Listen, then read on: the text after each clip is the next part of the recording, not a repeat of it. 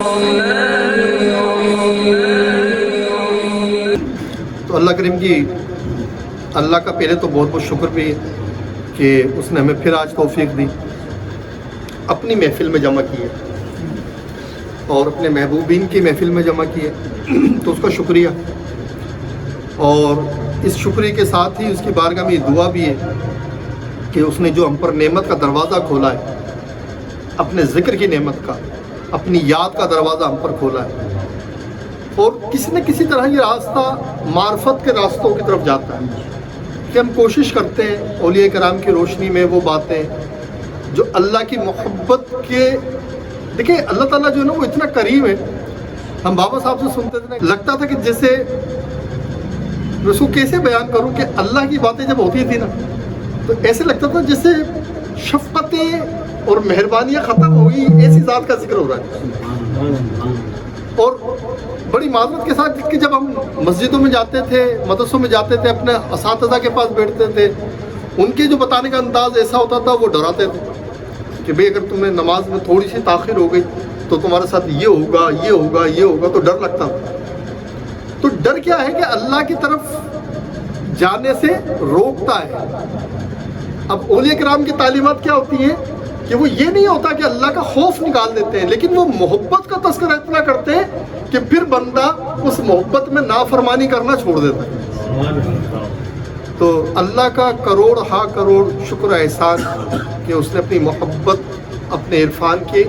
راہ پر چلنے کی توفیق عطا فرمائی، اور وہ چاہے گا تو اس راہ پر ہمیں کامیابی بھی دے گا اور استقامت سے کنارے بھی لگا دے گا۔ اور دیکھیں اس میں کسی کا کوئی کمال نہیں ہوتا۔ میں اپنی زندگی کے اندر اس نتیجے پہنچا ہوں، کوئی بندہ کہے نا کہ یار میں نے اتنی جد و جہد کی، میرے اکثر اپنے ساتھیوں سے بھی اس بات پر بحث ہوتی تھی، وہ کہتے تھے کہ یار ولی بننے کے لیے بندہ تھوڑی محنت کرے نا ولی بن جاتا ہے ایک دن۔ میں کہتا تھا ولایت کسبی نہیں ہے۔ میرا شروع سے ایک موقف رہا کہ ولایت کسبی نہیں ہے کہ آپ راتوں کو جاگو گے تو اللہ کے ولی ہو جاؤ گے۔ ولایت عطائی ہے، وہ چنتا ہے، وہ جسے چن لے گا اسے اپنی ولایت سے سرفراز کر دے گا، چاہے وہ ساری زندگی اس کی گناہوں میں گزری، پوری زندگی۔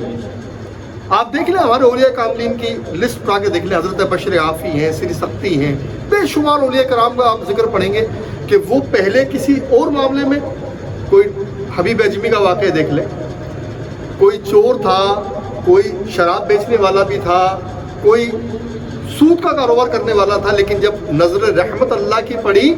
اور اولیاء کا قرب ملا تو پھر دیکھ لیں سب کے نام کے ساتھ سیدنا آتا ہے، یعنی کہ وہ ہمارے سردار ہیں۔ اور جب بھی آپ ان کا نام لیتے ہیں کبھی ایسا ہوتا ہے آپ کی زبان پر یہ نہ آتا ہو رحمت اللہ تعالی علیہ، یعنی کہ ایک انسان ہے نا دنیا دار، بہت دولت کمائے، بہت کوئی گناہ بھی نہیں کرے، بہت دولت کمائے، تو آپ اس کے نام کے ساتھ رحمت اللہ تعالی علیہ نہیں جوڑتے، چاہے وہ آپ کا کتنے قریب عزیز ہو۔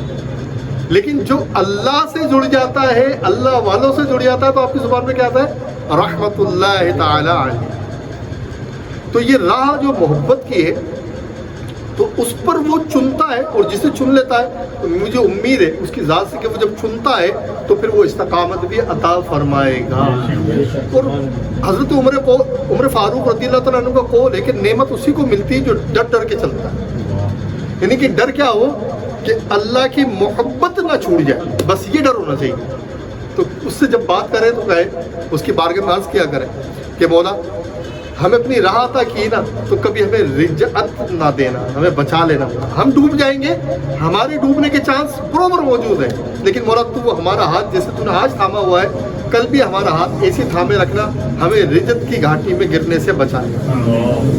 اللہ کریم ہماری اس کوشش کو جو اسی کی توفیق سے ہے اپنی بارگاہ میں قبول فرمائے اور ہمیں اس پر استقامت سے چلنے کی توفیق عطا فرمائے۔ وما علینا الا البلاغ۔